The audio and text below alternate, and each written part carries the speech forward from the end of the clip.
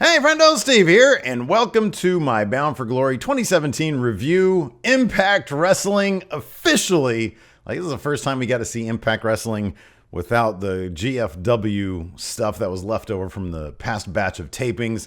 And in fact, everybody got kind of new belts. I think they just slapped on each of the titles a big plate that says Impact, had like the Impact logo on them. So I don't think anybody actually got new belts. It's just a big giant plate across the face that says Impact. You got to save money where you can save money, right? Anyways, it was an up and down show. I'm not going to say it was complete trash because it wasn't.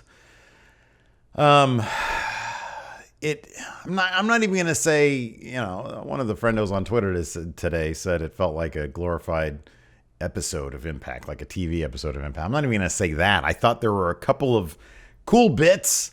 I think the ending of the main event was like a massive issue. And it boggles my mind that they're going to go down that route. But we'll kick it off. They were in Ottawa, in Canada. Ottawa, I don't know. It's Ottawa in Canada. They're not in the Impact Zone. They did a really good job of dolling the place up to make it look like the Impact Zone. That was actually pretty impressive. The crowd, I feel like the crowd seemed to want to be into it. That's sort of been one of my main problems with Impact, is that same crowd at the Impact Zone in Orlando, Universal Studio, whatever it is. You've got like 100, maybe 100 diehard fans who are going to clap and cheer and boo the way they should, and the rest of the people there are just sort of tourists who are looking for a free show, I think. And so they were able to fill this venue. I don't know how many people it was. I mean, it wasn't that many. But they were able to, get a bunch of people here who I feel like they wanted to be into it. But there are a couple things that just completely killed the crowd, and I think I know what they are. It kicked off with a really hot 6-man X Division match between Matt Sydal. Let's see if I can remember this. I don't even have it written down. Petey Williams, Desmond Xavier, Trevor Lee, who's the champion, Matt Sydal, Sanjay Dutt, and I am missing... Oh, and Garza Jr. Good job me, huh? And it was a lot of fun. It was a really fun match. All sorts of the typical sort of flippy X Division type stuff that you'd get used to, or that we know. The crowd was actually really hot for Petey Williams. Of course, he's known as the innovator of the Canadian Destroyer. He was dolled up in all Canadian gear, and the crowd was really, really hot for him. There was a couple of "We Want Petey" chants when he wasn't in the match. There was a couple cool bits. Trevor Lee, again, my standout, one of my favorite guys in Impact. Really playing up the whole American heel type thing, chanting USA. He took some time out to do the Pledge of Allegiance a couple times. It was a really fun match. There was one cool part where all 5 other participants all doled out super kicks on Trevor Lee all at the same time. That was pretty neat. In the end, Petey Williams hit his Canadian Destroyer on Desmond Xavier, and right when he's going to go for the pin, Trevor Lee rushes in there, pushes him off, and gets the pin on Desmond Xavier. So Trevor Lee, still your X Division champion. That makes me very happy. I really like Trevor Lee. So I guess the Taya Valkyrie Rosemary match was canceled because Taya Valkyrie had problems with her visa. So instead, we got Tyson Dukes versus Taiji Ishimori from Pro Wrestling Noah. But half the match, the camera was on Laurel Van Ness out in the crowd. She's acting drunk again and sort of fraternizing with the crowd. So I don't know. I mean, it's not like the match was all that spectacular. It was just a standard pro wrestling match. But the camera kept on just cutting to her because there's a little bit of foreshadowing of what was to come. So, I mean, the match was just whatever. Ishimori went over with a 450 splash. Kind of a big fat who cares. Let's see here. Next they had backstage, Grado had his street fight gear on. Apparently he was wearing a flannel vest that Mick Foley had gifted him a couple years ago. And Grado had that on, some jeans, your standard street fight apparel. And then Abyss showed up backstage. You don't really see that very often, where it's, you're about to go out for a match and then both the opponents start, talking to each other backstage. Abyss basically just said, Grado was trying to call Abyss Joe Parks. Was trying to call him Joseph, trying to get under his skin a little bit. Abyss wasn't having any of it. He says, of course, this match was for Grado's visa, He said he's going to get exported. Okay. Next up, we had the return of Alberto El Patron in a very long promo that he delivered where he ran down the company for suspending him and said that nobody in the back has cojones. He approached Jeremy Borash up there at the announcer desk at one point, threatened him, and then eased off, said he's there to make a statement. It was really long. He came off as bitter, which was a weird, I'm not sure if you're a heel or a face thing. I mean, he was dressed in all black. He wasn't really pumping up the crowd, but then he wasn't, as far as I could tell, wasn't really running them down either. It was really long. I'm not going to say it was awkward, but it kind of was. It was just really long. And, he's like bitter Alberto El Patron. So I don't know how we're supposed to respond to that. Even the crowd was kind of torn on it. In my opinion, this killed the crowd. It really did. The match before it was kind of fun. The Tyson Dukes one. But this seemed to take all the air out of the venue. And then that was followed up by the Monsters Ball match, which had a couple of okay hardcore spots to it, but by and large, it was just a sloppy mess. Like, I like Grado. I like him. I don't really know a lot about Abyss. I haven't seen a lot of his matches. I know he was hot shit back in the day. He seems like he's a big, slow dude. It was overbooked. At one point, Laurel Van Ness got involved, I think on behalf of Grado, because then Rosemary came in and sort of, shoved Laurel Van Ness away. And then Rosemary tried to collaborate with Abyss to dispatch with Grado, but she accidentally spat a bunch of that red mist into Abyss's face. And but then somehow Abyss, he hit his finisher, I forget what it's called, onto Grado, onto like a board with some barbed wire on it, which actually was used kind of effectively earlier on. Like Grado hit a splash on Abyss while he was sandwiched between those barbed wire boards. But like the finish was pulled off really, really sloppy, awkwardly. And then I think I saw this on Twitter, but I didn't notice. Apparently, as soon as he hit the finish onto the board, they rang the bell. Like there was no 3 count. There are a couple problems with that. When Abyss came out, he added the little lower card for Ali, which alphabetically is probably right after Abyss. So somebody just hit the wrong button. Oh, man. Anyways, after that, Team Impact, which was James Storm, EC3, and Eddie Edwards versus Team AAA Wrestling, which was Pagano, Tejano, and El Hijo de Fantasma. They just called him Fantasma. I feel like this match, they tried to get the crowd back into it. But after the Alberto El Patron thing and after the Monsters Ball match, it was really, really difficult task to do that. And they didn't really succeed. This is actually a really fun match, though. We got some intrigue on the part of Team Impact when EC3 would not tag in. And then eventually he did. There was really no motivation for that, or no given motivation for that. But EC3 was really trying to get the crowd into it. James Storm was as well. They ended up going over. I mean, Team Impact's not going to lose to Team AAA on an Impact show. He ended up getting James Storm hit a super kick on Pagano, I think, which looked, if I'm not mistaken, it whiffed. Like it was a good, like right in front of the, like in front of the dude's face, but nowhere close to his actual face. So yeah, that match was fun. That was all right. At the end, it was cool. EC3 got out a couple beers and shared them with James Storm. They're on the same page, so that's good. Whatever that means. Apparently, according to something I saw on Twitter, James EC3's contract is up sometime in the spring, which is coming up pretty soon. So be interested to see where he goes if he leaves. Next up, we had an Eli Drake, Chris Adonis interview. I was distracted by the microphone. It kept on going. It's not good. Not a good look. That happened earlier too, I think. Next up, we had my second favorite match of the night, which was LAX versus OVE. A lot of really cool spots in this. I really love OVE. I think they're great. LAX, I really like them too.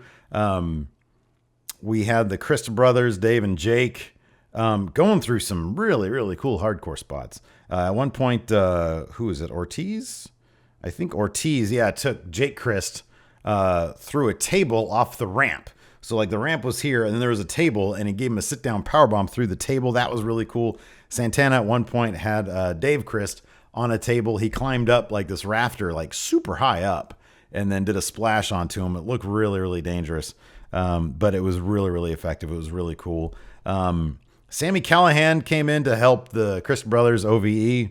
The crowd did not know who he was, or they just didn't care. They did not pop for him at all. And it made things, when you're as a crowd, you're just I don't know. I honestly don't know if it's a matter of, I don't know what the deal was. It seemed like there were multiple matches. Like this match in particular, I don't know if they were rushed. If they said, hey, Alberto went long, you've got 5 less minutes than you did before, but they still needed to get all their spots in. I feel like there were 2 instances, this and the main event. No, I'm sorry. This and the Moose match. No, it was this and the main event.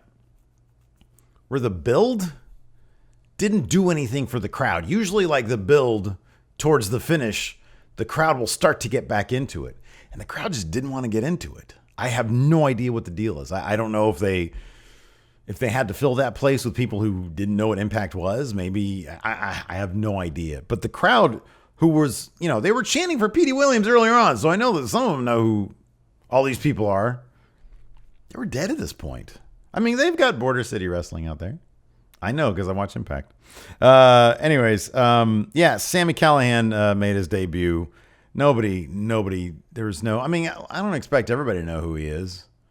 But I don't know, if you're there for an Impact taping, you should at least kind of know who he is, right? Anyways, or an Impact pay-per-view. He helped OVE go over. They retained their tag team titles. Sienna came out.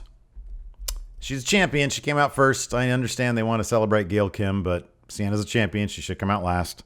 She came out first. Then they cut to Santino in the crowd. Santino Marella. I don't really want him in Impact, but he might be the general manager maybe, which in their minds might be, this is funny because Jim Cornette was and Santino, and they've got drama like in real life. But Santino was there, so good for him. I'll be honest, this Knockouts match was sloppy. It really was. I think Sienna's a really good wrestler. I think Gail Kim used to be a really good wrestler, and I think Allie is not a very good wrestler. Allie's character work is really, really good. She knows who she is. She knows what she's doing in terms of who she is. Her actual wrestling ability, maybe it's just because it was a triple threat and that's a different dynamic. I feel like when the emphasis was placed on Allie, or when it was her time to sort of run with the ball, I just felt there was a lot of sloppiness going on. This is how I felt about the match. Gail Kim ended up going over because it's her last Bound for Glory. I figured that'd be the case. Backstage, Dan Lambert was revving up his troops. That dude can really talk, man. He's a good promo guy. Next up, Jimmy Jacobs came out. You'll remember him as being the fired writer from the WWE who was fired because he took a selfie with the Bullet Club. And now he's back on the wrestling scene. Nobody knew who he was. There was one guy chanting cease and desist. I think it was cease and desist. One guy. And everybody else was like, I don't know who this guy is. He goes over to the announce table kind of awkwardly and puts on like a headset. And they said, what are you doing? You don't work here. He's like, no. Are you sure about that? And he takes off the thing and it's like, it was awkward, man. It was awkward. This is an Impact pay-per-view. You expect there to be a lot more smarks out there. You expect a lot more people out there to know internet stuff, but I guess not. Nobody cared. Next up, we had Moose and Stephan Bonnar revving up backstage. I love these two. I think they're great. And in fact, this is my favorite match of the night. Lashley and King Mo versus Moose and Stephan Bonnar in a steel cage. 6 sides of steel. Moose came out. It was great. He looked like $1 million, and he had his brother, a rapper named Tokyo, singing his theme song. I loved it. It was great. It got me hyped up. I was really excited about Moose. Cool thing about this match, too, is that for the first chunk of it, it was all Lashley and there was no King Mo and Stephan Bonnar going at it. And they were sort of building to that because they're the two big MMA guys. I mean, I know Lashley is, but he's a pro wrestler also. But the two big MMA guys, they kept them sort of apart, right? And so finally, when they started, fighting, they tried to do MMA, like fake MMA, but make it look real. And I thought they did a pretty decent job. Like, you could tell both guys were having fun, and that went a long way. This was a really fun match. At one point, Moose went to the outside. He was tearing shit up a little bit. Dan Lambert comes over, I think with King Mo. Moose was beating up King Mo. Dan Lambert comes over. He grabs King Mo. He puts him back in. And so Moose and at that point, Stephan Bonnar started trying to take down all of American Top Team. American Top Team was taking some bumps, man. I am really surprised. I would be really surprised if Dana White and then whoever else runs the different MMA promotions that some of the other guys fight for, I'd be really surprised if they were okay with this. Because Kobe Covington, especially, who I think at this point might be in contendership for his division's title, because I know he had that controversy last week about the Brazil thing. He took a boot or a spear or something that was like, man, that dude could get messed up. And then the little dude, what's his name? Hartnett? I think his name's Hartnett. The name sounds familiar, but I don't know who he is. He tried to climb out of the cage at one point later on. And they were like halfway up the cage, which is, 8, 9 feet up, 10 feet up, maybe. And he took a bump off the cage with Moose that was like, oh my God, it looks like that guy might have wrecked his lower back. So I was very impressed. American Top Team was having a lot of fun. This, in my opinion, should have been the main event. Moose was on the outside of the cage. He was locked out. Stephan Bonnar was on the inside getting lit up by American Top Team. Moose has to climb over. He does a cross body block from the top he does a splash from the top onto Lashley and one of the other American Top Team guys. That was fantastic. He delivered a crossbody off the cage, or off like sort of the top upper part of the cage, onto Lashley and another guy. Moose was all over this, doling out boots. American Top Team, their numbers were too great. They ended up going over. What a bummer. This should have been Moose and Stephan Bonnar going over at the end of the show. That would have made the main event, which was coming up next, much more palatable anyways, because it was just confusing. So Lashley and American Top Team, they go over. And then so after that, before the actual main event, we had a Johnny Impact promo. He probably should have thought about this a little bit more, because it was rambling, and he has a natural charm. He does. But I feel like he just bit off a bit more than he could chew in the promo department. He was never a great promo guy. He was funny when he was with The Miz, but he was a heel. He's heel funny. He's not face funny. I mean, at one point he was talking about like bringing the title back home to his dad. So it was like, wait, you live with your dad still? That's weird. I mean, maybe it's an arrangement they have. I don't know. It was just awkward. It needed to be scripted. Look, man, here's the thing. A lot of people complain about WWE and their scripted promos, but I mean, there's a reason that they do that. It's because not everybody can talk off the cuff. Anyways, the match was fun. It was fine. The crowd was not into it. And I think it had to do. So Moose really was trying to single-handedly will that crowd back into the pay-per-view. And I think that had they won in a really, really strong build, the crowd probably would have been hot for this main event. But Lashley and American Top Team going over, I think it was the wrong move. And I think that it killed the crowd for the main event. There were some cool moments, though. At one point, Eli Drake Irish whipped Johnny Impact on the outside of the ring towards the barrier, and Impact just like slid under the barrier. Apparently AJ Styles did that once before. I didn't know that. But it was a really cool visual. It was a good match. I mean, it was fine. It was, it was good. They booked Eli Drake strong. It was one of those pay-per-view matches where everybody's booked strong, because he was kicking out of a bunch of the stuff that Johnny Impact was throwing down on him. And then at the end, Alberto Del Rio comes out and he lays everybody out with chairs, including Johnny Impact and the ref and Eli Drake. The crowd, I swear, just groaned, because this is Bound for Glory, which I think is supposed to be their biggest night of the year. And you're going to give us a scrub finish with Alberto El Patron. It doesn't make any sense. So he came in and he just started wailing on everybody with chairs. And then he brings Eli Drake over to cover Johnny Impact. but he had already laid out Eli Drake with a chair. And then the ref just counted 3 as opposed to like, oh, hey, this guy just nailed me with a chair. I'm going to DQ this crap. Like, I'm going to throw this out, which would have been a crappy finish too. It was just crappy. I mean, wait till the celebration to bring him out. Wait till I don't know what to do. I'm not going to fantasy book this thing, but this needed a clean finish. It really did. It needed a clean finish. You want to make Eli Drake into something? Somebody on Twitter made me laugh, said right now Tim Storm has more buzz than Eli Drake. And that's totally true. He's like the 50-year-old NWA champion right now.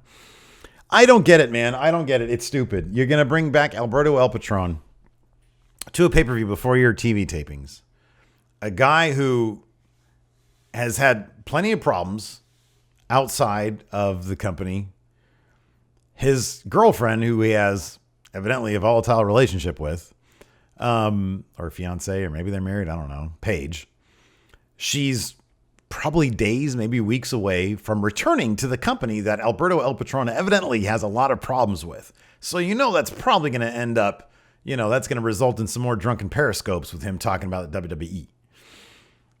And you're going to insert him right back up into the title scene. When you have a guy like Moose, who I could totally see a feud between him and Eli Drake, which we saw a little bit before at Slammiversary. A guy like Moose, right? Just signed with Impact for 3 years and is somebody that people don't automatically think, oh, well, he's just a WWE guy, because he's not. He's like your own guy, and you can build him up using Lashley even more, build Moose up to that main event level, which he kind of already is, and put him in a program for the belt. Why not, sort of test out Alberto El Patron instead of immediately putting him up there? Maybe one set of TV tapings, just say, okay, well, how is he going to do feuding with EC3 for the Grand Impact Championship? Maybe we'll keep him at that level for right now, but not for our global championship, not for our world championship. Let's not do that. But that's what they're doing. Doesn't make a lick of sense.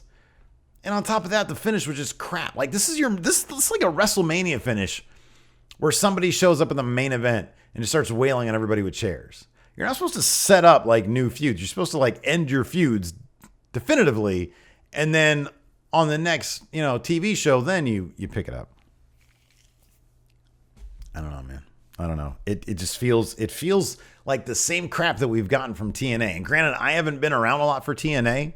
You guys know I'm still pretty new to the Impact Wrestling thing, but that was the knock that they've had year after year, was just scrub finishes all the time. Like, I remember that's why I wouldn't watch, because I'd read reviews, or I'd watch reviews on them, and I'd be like, well, that sounds crap. That sounds lame. So I never touched the product. This is just bad booking. It's not good. And by the way, I got all my predictions right except for the 2 last matches. So yeah, I don't know. Moose, that match, OVE, they were my standouts in the X Division match. Those are my standouts. There was some good stuff, but man, that main event killed everything. It really just killed everything. So I don't know. That's my Bound for Glory review. It was bad, but there was some good. That's it. Thanks for watching. Until next time, I'll talk to you guys later.